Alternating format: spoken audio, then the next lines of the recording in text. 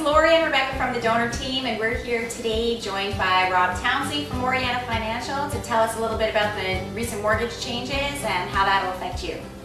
Thanks for joining us today, Rob. Maybe you just want to tell us a little bit about yourself and your background. Yeah, so I've been with Oriana Financial for 11 years now, and I've also been a financial planner for almost 20 years. Maybe the first question that's going to be on everybody's mind is this most recent increase of a quarter point, first increase we've seen in 7 years. And so I guess just maybe your thoughts on that. Why now? Why after 7 years? You indicated to us from our conversation earlier that it had to do with a mortgage stress test that sort of started things off. I don't think people know what that is, so maybe just some thoughts on that. Yeah, so going over to the rate, like the rate increase and what they're expecting in the future, you know, it was something that the government had to do in order to control core inflation. So that's really what it kind of comes down to. And right now they're looking at it and they're saying, okay, you know what, the economy's starting to get better. They're not necessarily looking at the housing market, but they're looking at the overall picture. And that's why they have to do the rate increase. Now, a lot of people are also putting a little bit of panic into it, but a 0.25 increase is really not going to affect most people's payments. But one thing I would look at is line of credits, HELOCs. That's probably where most people are going to feel the biggest pinch.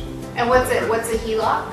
So HELOC is a home equity line of credit. So it's the same idea, but it's second place behind your home, right?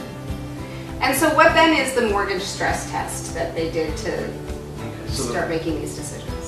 So that mortgage stress test that came out was back in November. That was done by the federal government to say, and this has a lot to do with the rate increases, because what they want to do is they want to make sure you qualify at a much higher rate, which is currently right now 4.64 for a mortgage. And the reason why they're doing this is because when they do decide to increase rates, they want to make sure that when you do renew for your mortgage, that you do still qualify and you can make the payments and you're not going to be in that debt.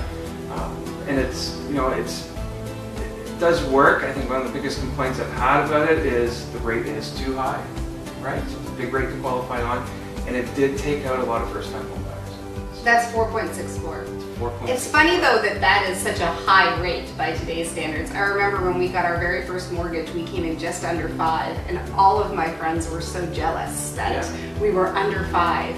And so now it's interesting how quickly our mindset has changed, that 4.64 is a big number. Yeah, and you know, unless you got to look at 4.64 is where they want to kind of bring the rates back to, right? So that is our average, and that's why they want to pull it up to that amount. Mm-hmm. It's going to probably take a long time to get there, but yeah, they want to make sure people qualify at 4.64. So overall, the change you feel won't make a big change necessarily in the real estate world, but the decision and the reason why that was done is about more than just real estate. It's about the overall economy. Right, and like I said, with the rate increase, it can, you know, this is coming with a warning, but you can see things happening in the industry right now that are indicating that there might be a bit more of a market correction. So we are looking at that going forward. And you know, refinances, they're getting much more difficult. Banks are getting a lot harder on their qualifications. There's a lot of things that are going on that are giving us indications that they're definitely getting tighter. So if I was a consumer right now, if I was, you know, already in a house, I would be looking at maybe consolidating. I'd be looking at getting rid of the line of credits, and like we said, the HELOCs.